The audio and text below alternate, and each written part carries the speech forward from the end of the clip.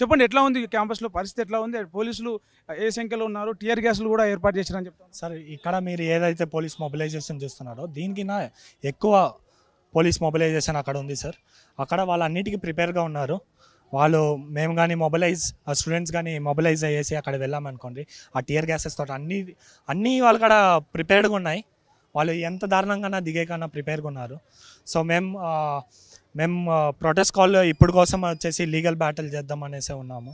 So that ఇంకా మేము ఎన్జిఓస్ని అందరినీ ఇంక్లూడ్ చేసేసి సో దట్ ఇంకా ప్రెజర్ బిల్డింగ్గా వేసేసి ఈ ఆక్షన్ ఏదైతే ఉందో ఎంత త్వరగా అవుతుందో అంత త్వరగా ఈ జేసీబీఎస్ యాక్టివిటీస్ అన్నీ ఆపే కోసం మేము ప్రయత్నం చేస్తున్నాం సార్.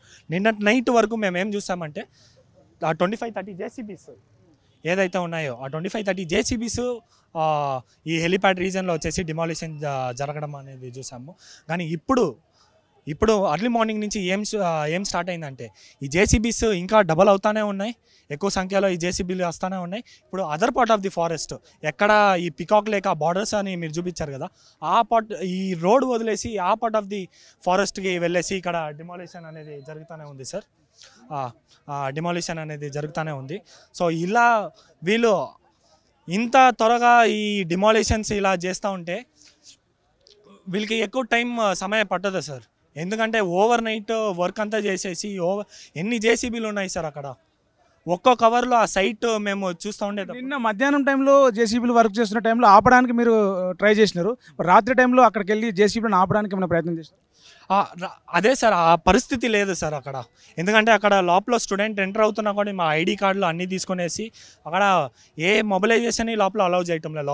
లోపల అలౌ చేసేసి ఎవరైనా స్టూడెంట్స్ వీడియో తీసుకొని ఓకే వేరే వాళ్ళకి తెలియజేద్దాం అనేటప్పుడు కొని వాళ్ళ ఫోన్ గుంజుకోవడము, మళ్ళీ ఆ డీటైన్ చేసే పరిస్థితి అక్కడ ఉంది సార్. సో దాని నుంచి అక్కడ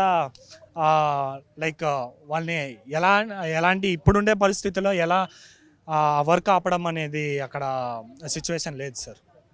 క్యాంపస్లో పెద్ద పెద్ద చెట్లు కొట్టేస్తూ ఉన్నారు. అక్కడ జింకలు పక్షులు అన్నీ భయపడుతూ ఉన్నాయని చెప్తా ఉన్నారు. ఎట్లా ఉంది పరిస్థితి లోపల?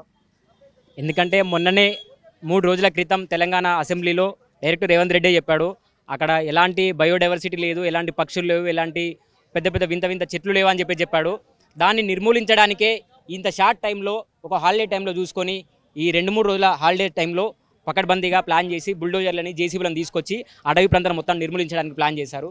కానీ దీన్ని గమనించిన విద్యార్థులు నిన్నటి పండగ అయిపోయిన తర్వాత ఉగాది వెంటనే అక్కడికి వెళ్ళేసి అసలు ఏమో జరుగుతుందని చెప్పి చూడడానికి వెళ్తే ఇమ్మీడియట్గా వాళ్ళని లారీలలో వ్యాన్లలో కుక్కుకొని కొల్లూరు కావచ్చు, ఇక్కడ మాదాపూర్ గచ్చిబౌలి పోలీస్ స్టేషన్లోకి వందలాది మంది విద్యార్థులు, దాదాపు 50 మంది విద్యార్థులను అరెస్ట్ చేసి మిడ్ నైట్ వరకు 11:30 వరకు వాళ్ళని పోలీస్ స్టేషన్లోనే నిర్బంధించారని అంటే ఇప్పుడు వాళ్ళు ఇంకా చెట్లు కొట్టేస్తున్నారు. పెద్ద పెద్ద చెట్లు, నెమళ్ళు భయపడుతూ ఉన్నాయి, పక్షులు భయపడుతున్నాయి, పారిపోతూ ఉన్నాయి ఆ శబ్దాలకి. అండ్ ఇప్పుడు కూడా వర్క్ నడుస్తూ ఉంది. పోలీసులను అడ్డం పెట్టి టియర్ గ్యాస్ పెట్టి అడ్డం పెట్టి పోలీసులను అడ్డం పెట్టి జేసీబీలు నడిపిస్తూ ఉన్నారు. విద్యార్థులను అటువైపు వెళ్ళనివ్వట్లేదు, వెళ్తే కూడా బెదిరించి పంపిస్తూ ఉన్నారు. నిజంగా లోపల అలాంటి పరిస్థితి ఉందా? నిన్న రాత్రి మీరు ఒకసారి వీడియో చూస్తే నిన్న రాత్రి జేసీబీలతోని బుల్డోజర్లతోని పని జరుపుకుంటే పక్షులు కావచ్చు, నెమళ్ళు కావచ్చు, ఇట్లాంటి వీడియోలు చూసిన తర్వాత ఎవరైనా చెప్పగలుగుతారా అక్కడ బయోడైవర్సిటీ లేదు, పక్షులు లేవు, జంతువులు లేవు అని చెప్పేసి? ఎంత దారుణంగా చెప్తారండి అసెంబ్లీ సాక్షిగా.